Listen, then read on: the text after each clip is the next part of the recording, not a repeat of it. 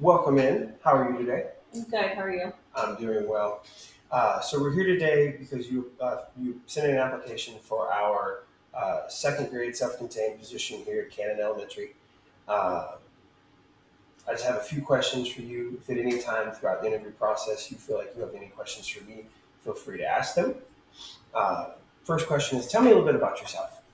Do you want personal or professional? What is your Let's start personal. personally? So my name is Megan. I'm married. I have two kids. They are 3-year-old twin girls.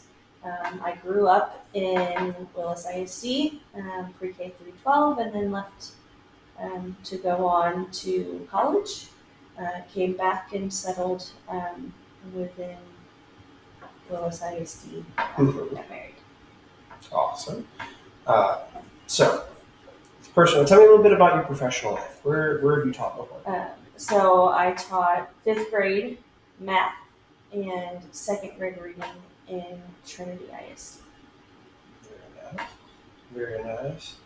You said 5th grade math, and what was the other one? 2nd grade ELA. 2nd grade EDLE. So that'll actually go really well since this is a self-contained classroom. It being a self-contained classroom, I do want to ask if you could pick one subject to teach, what would it be? I feel like I have strengths in both reading and math, but I also feel in that same vein, there are a few weaknesses with both those areas. I do think that I am a stronger math teacher than ELA. Okay, second. Oh, okay. So why do you think you're stronger in math? I feel that as an educator, I struggle in the area of teaching writing, which is a huge component in ELA. It's something I continue to work to get better at. It's just something that I know or I feel about how I teach. Um, and I feel in the area of math that while I'm missing a few strategies that might help um, learners that may struggle, I have other strategies I've been able to use successfully, or I've been able to find things that would allow them to meet their needs academically. What are some of the strategies that you're referring to? I've used different small group instructional models. In math at 2nd grade, a lot of those are the manipulatives and the ways that kids use them. This year I've learned about place value discs being used in lieu of place value blocks, just because some of the kids find it hard to grasp the concept of still counting by hundreds, tens, ones when they're all to them just blocks, even though they look different. And those labeled place value discs seem to help with that, and I've seen that in my classroom this year. Awesome. So, what made you decide to become a teacher? I wanted to become a teacher really my whole life, and decided when I left Willis that I was going to go to college to be a teacher. Got my degree in 2013. You're in 2013. Did you ever have any? So you said you only ever wanted to be a teacher? I wanted to be a teacher, and then through some experiences later in my high school career, I decided I wanted to go to law school. Ultimately went to law school, and in my time in law school and some of the internships and job experiences I have within that, I determined that there were some things within the law that I couldn't handle every day, that I really thought I could do, that I really thought I would be good at, that would allow me to help kids on the legal front, and I just couldn't stomach some of those hard truths. So that brought me back into the classroom. Okay. So you said you were still working with kids even when you were doing your internship in law school. Could I perhaps ask in a way like how you were still interacting with kids? In the practice that I was working with, I worked with juvenile CPS and ad litem work. So we were representing kids going through the court system on behalf of them. So we were not um, working for a mom or a dad or somebody else. We solely worked in the interest of the children. And I also worked through some juvenile criminal work, and we did some record sealing as well. Okay. So, basically, your whole life you've wanted to be, from what I'm gathering, you really want to advocate for kids. Absolutely. Right? So, what made you, after going through law school, what made you decide to come back to teaching? I decided that I wanted to work for kids, that I wasn't getting what I needed in law school. Like in that practice field, I was not getting um, what I was expecting. We were having to do things that I just couldn't do on a daily basis, and the opportunity had presented itself um, to go into the classroom and teach fifth grade math um, with my mother-in-law, and I went ahead and took that opportunity and absolutely loved it. So, you moved. So you've taught at Trinity. You said. Now you're here. Why do you want specifically to teach at this school? Why would you want to teach at Cannon Elementary? I grew up in Willis. I attended Cannon Elementary in third grade, the year that the school actually opened. When my husband and I got married, we looked at some different areas, decided we wanted to be near our family. My husband's from a much, much smaller district, and he was not really super excited about going back to an area that was quite that small. And we didn't like some of the places that we had looked at in the in-between, and that brought us back to Willis. And this is home. We want to be invested in and rooted where our kids are going to go to school. I'm zoned to Cannon. I want to be involved with where they're going to be growing up as well. So, obviously, you've had a very diverse. You've got a very diverse background coming from education, going to law school, and then coming back to education, and that in itself could present some unique qualities. But what are some unique qualities that you feel you bring to both the campus and the district? In my time in Trinity, they were struggling with their rating, and they had brought in some state consultants. Okay. So I feel like I have learned a lot about effective planning, um, different strategies to use, different ways to assess. I've learned a ton about data and effective use of data. Um, and I feel like compared to several other districts, I have been observed and been given feedback from multiple different um, administrators, consultants, different people with different perspectives on my teaching that has allowed me to refine some of the things that I do in my classroom. So you said we were talking about. You said you came up with some strategies for planning and using data. What are some of these strategies? How do you use data? How do you gather the data, and how do you use it in your planning process? One of the things that Trinity was really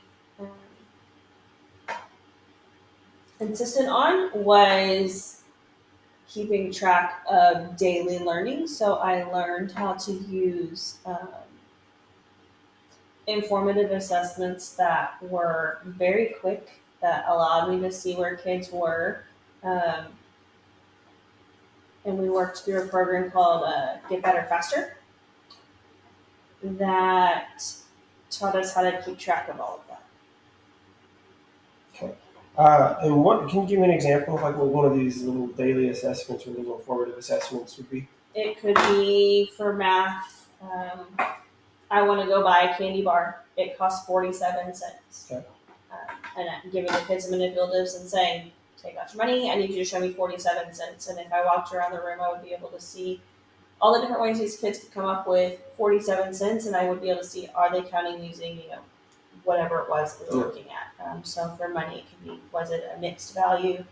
were they identifying coins correctly, were they counting it correctly, and where they were at along the way. And I had a check sheet with every kid's name, and was it written out based on where they were in my room, and so I could go by quickly and check off where they were. And so at the end of the day, I was able to look at that and say, tomorrow this is who I need to meet with on these skills and put them in a group. Very good. So, in the classroom, obviously, building relationships with the kids is imperative. How do you cultivate and build positive relationships with your students, and how do you facilitate the creation of your classroom community? I am a huge fan of standing at a door when my kids come in. They get a personalized hello every morning. Hello, a name with some kind of contact, whether it's a hug, a high five, a fist bump, some kind of greeting to them. That is their choice when they come in the mornings, getting ready to start our day. And then I am a morning meeting teacher. So I do morning meeting every morning with my kids. We talk about what's going on in their lives, what's going on in my life, things that we want to share that we're excited about, that aren't school related, that allow us to form that more personal connection.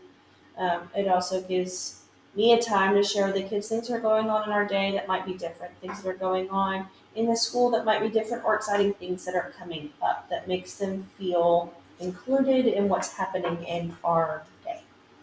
So you try to bring the kids in to help build the classroom culture. Yes. How do you establish your expectations at the beginning of the year? I do classroom contracts. I have a goal and I guide our rulemaking, but the rules that are made are done based on classroom respect contracts that are done by the kids. We talk about what would a good classroom look like? What would a classroom that we want to be part of sound like? Or how would it make us feel if we were part of this classroom that we wanted to be in every day? And then we take what we think this classroom should look like, sound like, feel like, and create rules based on those things. Okay, well, I think a good classroom would make me feel like I belonged there, or like I was heard. Okay, so I want friends that are listening to me. Okay, so in my classroom, one of the expectations is that we listen to each other.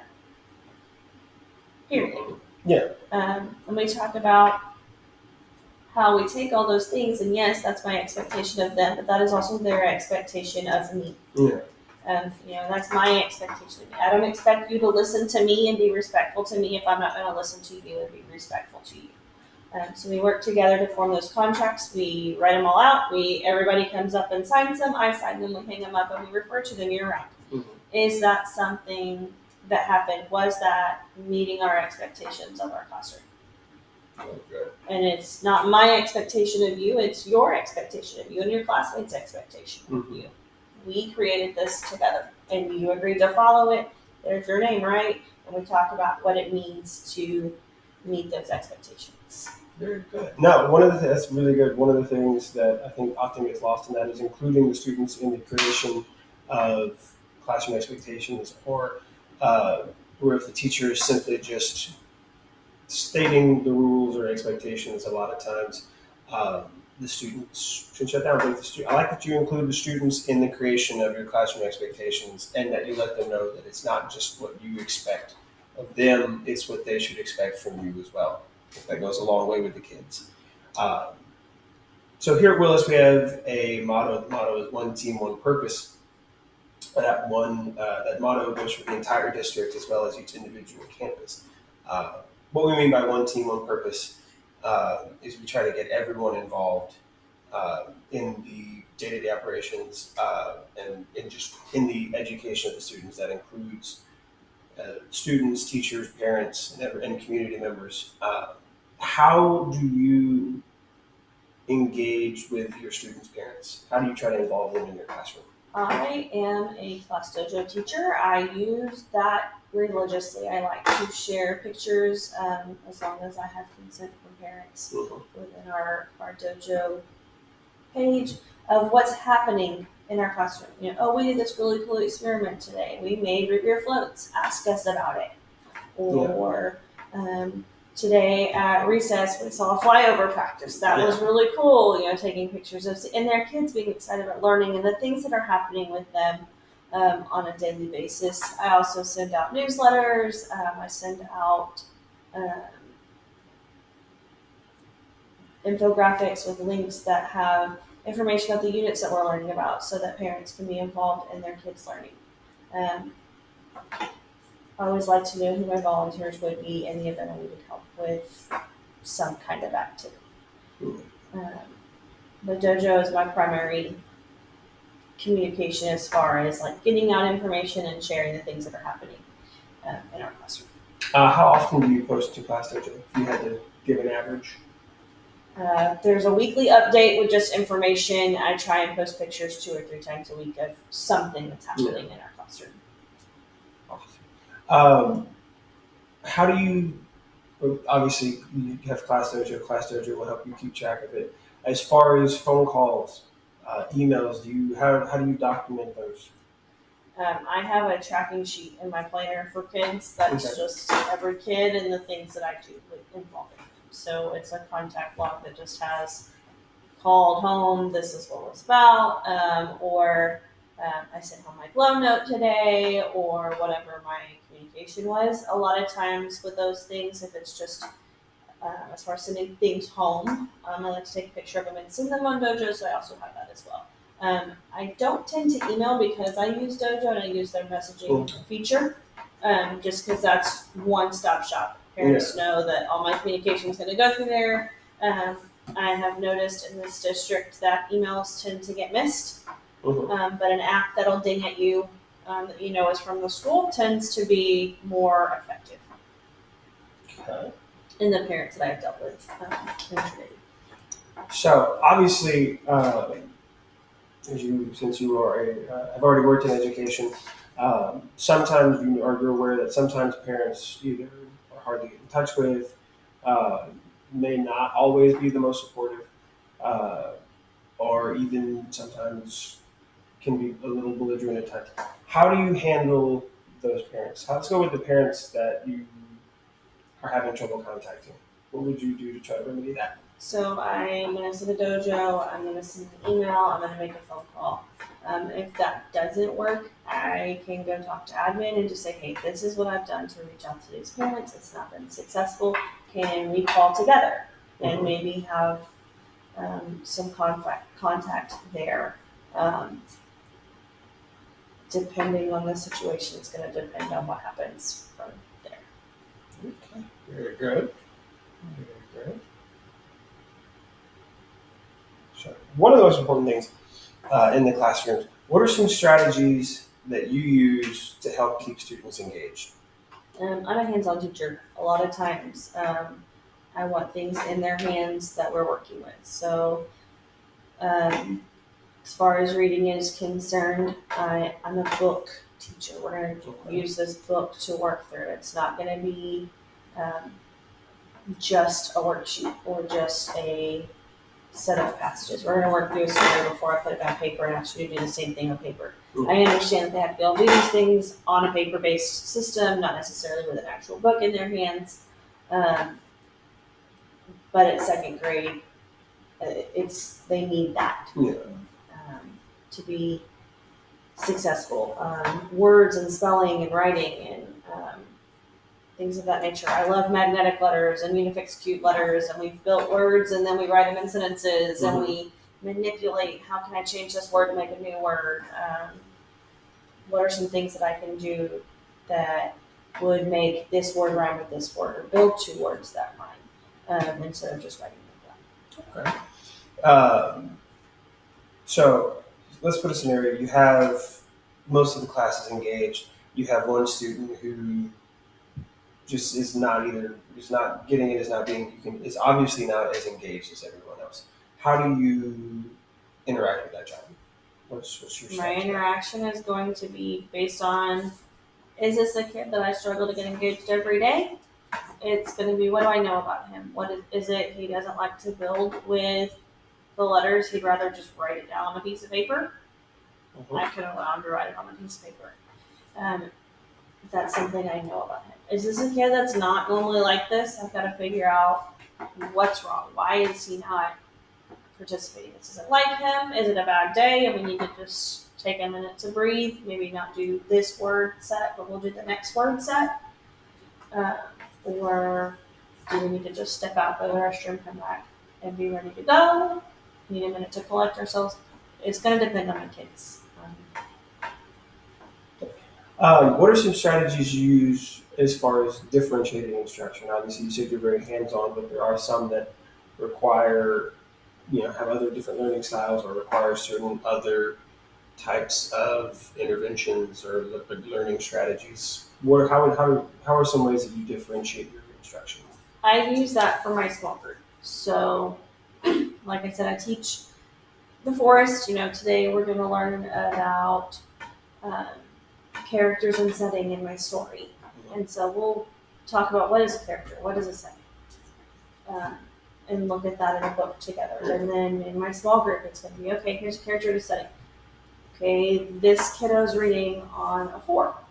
Along with the rest of these kids, we're going to look at character and setting in a book that's on a 4, so that they can understand the concept of what we're doing. Mm-hmm. Is that where we want them to be reading? No. Am I going to work to get them to where they need to be? Absolutely. But my goal right now is to teach them the concept, and I need to make sure that they understand that. If they're reading on a level that's a 4 or a 6, their writing might be a struggle. So it's going to be, let's draw a picture. What's our character? Who are our characters? What's our setting? What does it look like? Show me that. And then taking that and making a sentence that says, my character is John. The setting is in the forest. And making sure that their picture matches what they're telling. And making those connections. Whereas a kiddo who is excelling, we might look at who are my characters, what is my setting, and what would happen if instead of it being in the forest, it was on the beach. And using those to enrich their learning. Awesome. So you talked about a lot of hands-on stuff, a lot of differentiation strategies. One thing we haven't talked about is technology. What are your thoughts on technology in the classroom, and how have you successfully integrated different technologies into your instruction? Technology is a blessing and a curse all at the same time. I feel that since COVID, technology has been heavily relied on at all levels. And I think that for especially the younger kiddos, it's not always appropriate. So I try and use technology cautiously. In the districts I've been in the past, we've had some programs that they had to be on for a number of minutes per week. So I would use that because that was necessary. But I also like to use Google Classroom to share things and allow them to send back to me. And I also have used things like boom cards or Story Jumper to allow them to share their learning. Okay. And obviously, you already mentioned Class Dojo. Yes. No, technology is one of those things. So we try to, obviously, we want to incorporate technology into the classroom because, the world is always evolving, especially when it comes to technology. Technology is always advancing, always growing, and these kids do need to know how to utilize and use technology. But like you said, it can sometimes be a blessing and a curse, and we don't want them to over rely on it. So, all right. So we've talked about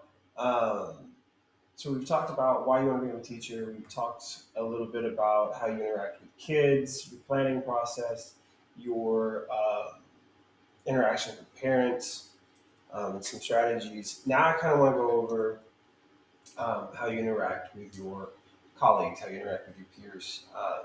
At Willis, we strive to be a PLC district. Our campus is a PLC campus. What does the term PLC mean to you? It means working together for the good of all kids. Okay. So, can you provide some examples of how in the past you have successfully collaborated with people on either your team? Let's go with your team first. So how have you collaborated with your teammates in the past?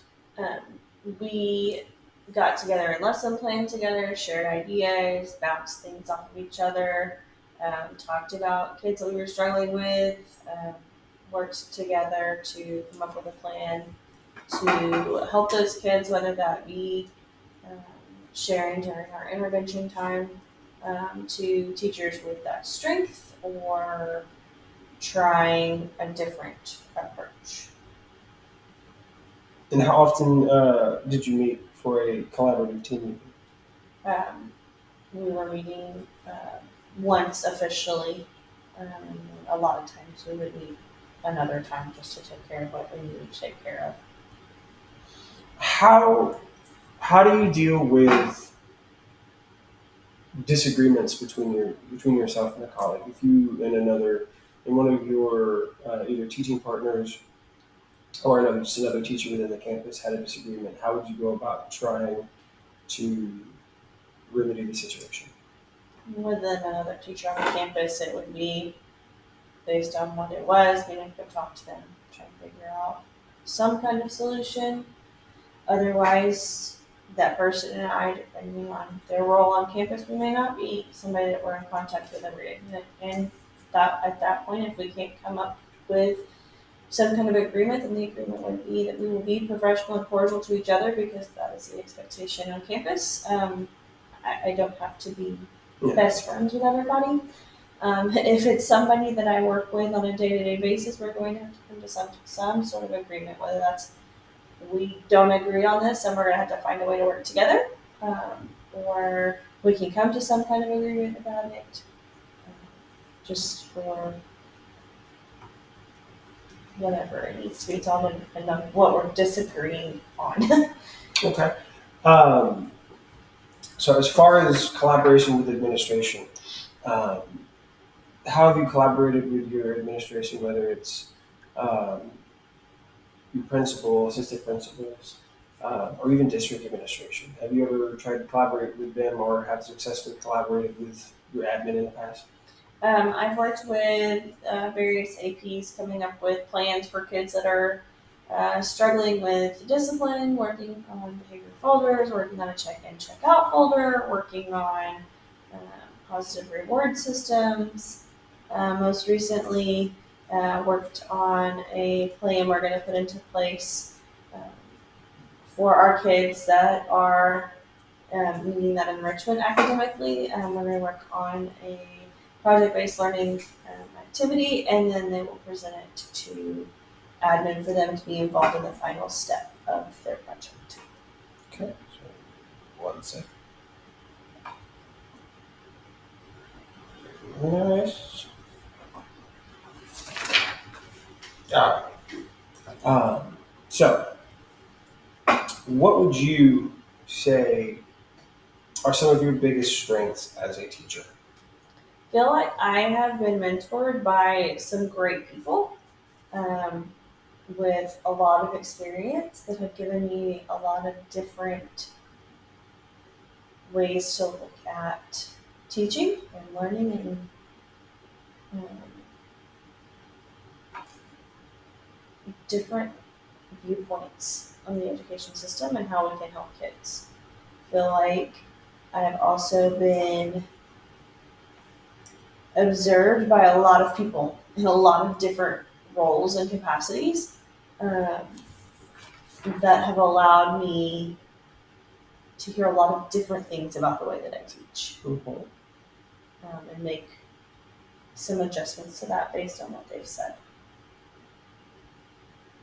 Okay.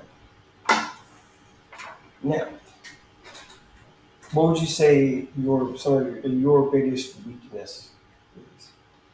I am very hard on myself, so I know that that can be a weakness in that I never feel like I've done quite enough, I guess is the best way to put it. Um, but as far as content is concerned, I've already said, writing is one of my biggest struggles, and it's something that I still feel like I work on routinely just to try and become a better teacher in that regard. Okay.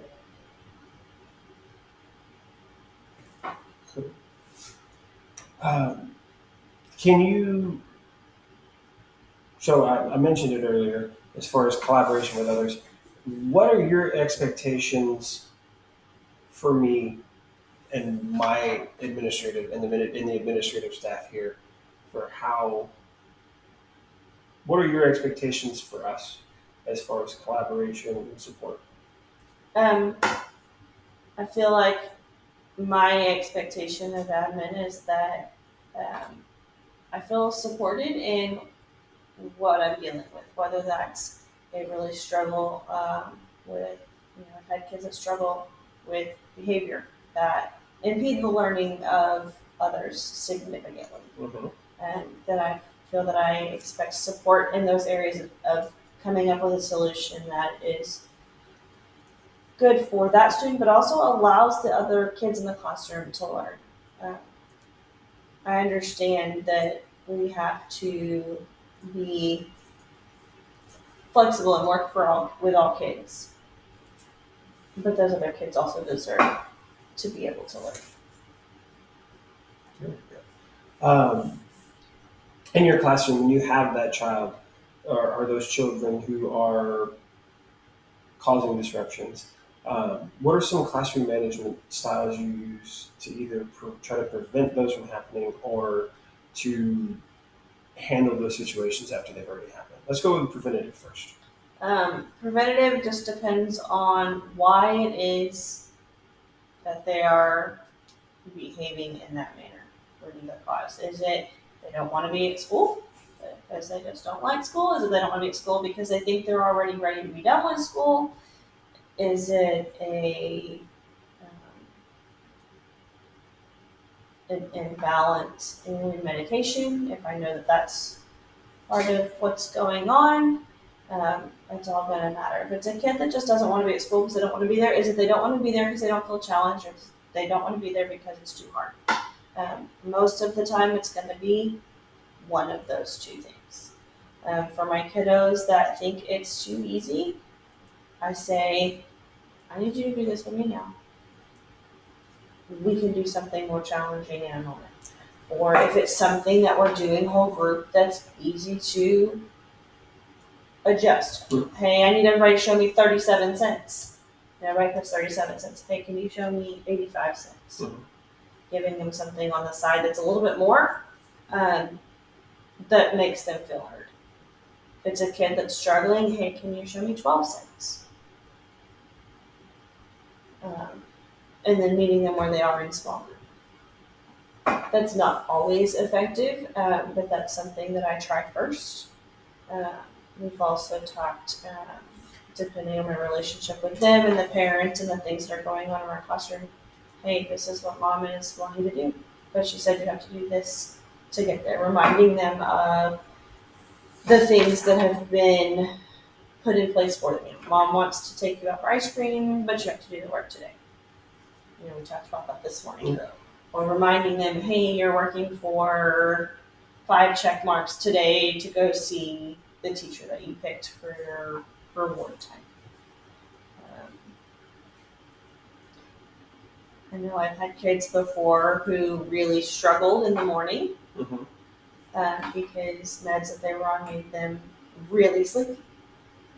And from up until that point, there was nothing that they could do, and until the parents got that adjusted, that wasn't on them. So it was meeting them in small group to make sure they were still getting the instruction and holding them to the same expectations, Yeah. while allowing that kid to be the best that they could be at that point. So, okay. All right. So, can you kind of briefly walk me through a typical lesson in your classroom? It can be it can be a lesson. It can be kind of let's start with the day. How do you start your day and go through your first lesson of the day? So my kids are gonna come in, at least the district that I'm in. I greet them at the door. They eat breakfast in my classroom. So they've had breakfast, and then they'll have some kind of activity, whether it's a writing activity that's just a short writing prompt to reinforce a writing skill we've already talked about, or a math spiral activity to reinforce math skills that we've already talked about to get their brains up and going and ready to be involved in our learning for the day. It also controls behavior while I'm greeting kids and they've got other activities to do. We'll go into morning meeting, talk about what we're doing that day, what anything special is going on in the building, what's happening with them, things that are happening for me. I always like to share some kind of fun fact. Last night I got to watch a movie with my girls and we had a great time. Something that makes them feel valued and important and part of my life. And then the district that I'm in, right now we do reading first thing in the morning. So I have a 10 to 15 minute reading activity or lesson. And then we would work on, inside of that, we work on the reading piece. I'd introduce phonics skills, and then we would go into stations. So in my stations, I like to have a mix of learning styles present, whether that's building letters, some of that computer activities that the district's required of us, or a boom cards activity to share with their phonics lesson, or to look for different reading skills, and spending some time reading independently, and then some kind of writing type activity. And then with me, they're working on their reading levels, on the skills that we're working on during our mini lesson, and then we're tying phonics to those as well, finding those phonics patterns in our book, building words with those phonics patterns and things like that. Okay. How do you go about facilitating student needs and learning or specific, like, as you go around? Obviously, we don't, times have changed. We don't want teachers, just standing up in front of class and teaching the whole period. I know you mentioned something about informal assessments earlier. That you use a lot of informal assessments, and you gave an example. In your small groups, how do you gauge student understanding in small groups? So I have a binder that's got each group, and it's got the kiddos' names and the days that I meet with them each week, and it's blank. I write down, it's blank for each week. I print a new copy and we say, okay, this is the goal for the week. These are the books that we're using. This is how I'm going to use it. And so as we read, I take anecdotal notes next to each kid on each day so that I know where we're at each day so I can move forward. There's a goal for each day. There's those learning statements just for small group as well. I'm working on, can this student identify a character and the importance of that character. And then it's okay, so the first day we're going to work on who is a character and identifying a character, and if they can do that, we'll move on to why is that character important. And as they go through the week, I should be able to see the progression of their learning. If we're not moving forward, the progress is it's going to be, do we not understand the concept, or is this book maybe too hard and then look at a different book for just this kid, or is it overall this group is really struggling and we need to find a different group, a different book, so that I can work through it again and find a different way to approach it.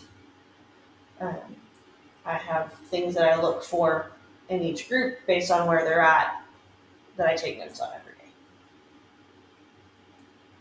Okay, so how do you group the kids?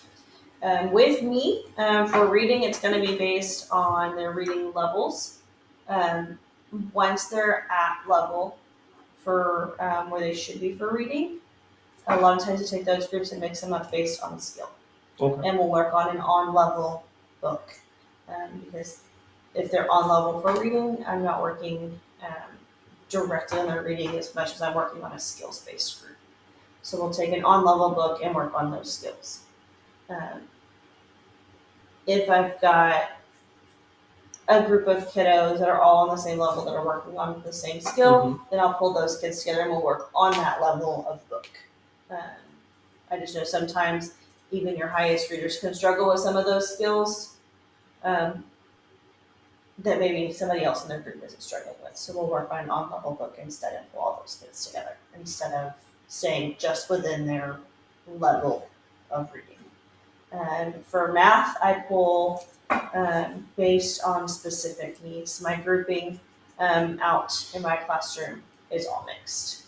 I don't want a group of kids that are all my low readers out there trying to figure out what they're supposed to be doing on something that they may struggle to read. I want them to have somebody that can help guide them, so try and spread all of that out. And I do not have the same groups for reading as I do for math, as far as my workstation groups, so that they're not with the same people all day long.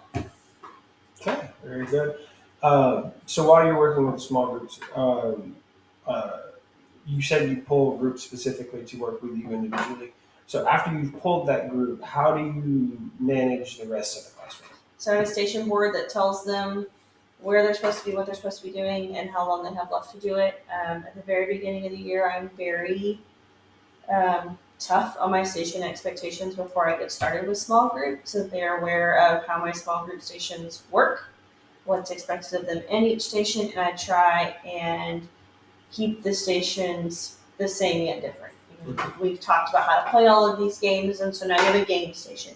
You know how to play all the games. It's just going to be different content inside the game based on what we're using. Or we've already talked about letters and how we use them, how we build words with them, what the expectations are when you see letters or unifix letters, how we use them. So I try and change those things out, but with things that they already know how to use, and I make sure that the content that's in the stations are things we've already learned, not content that we're currently learning, so they understand what they're doing, and it's just a practice-based activity. So what we learned last week will now be in stations this week to reinforce. Okay. Second? My station board tells them where to go. Station. So, obviously we're in Texas, and in Texas we have a lot of students who fall under the category of ELL or English language learners. Our predominant group is Spanish speakers, but we also do have students from others. We have higher Spanish, and then the next one is Vietnamese. So what are some strategies you try to use for your students who are English language learners? I mean, we do offer supports for that. We have language coaches. In your classroom, how do you try to engage your ELLs who might have a hard time understanding while learning a new language? I've used different phonics programs for them instead of presenting just our content for grade level.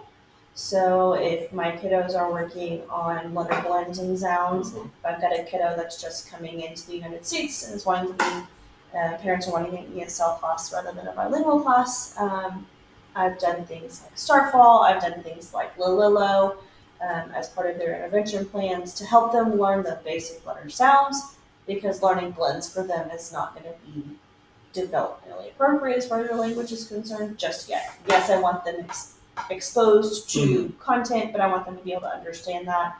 So working with them as well as using different stations that are more tailored to reading-wise where they're at.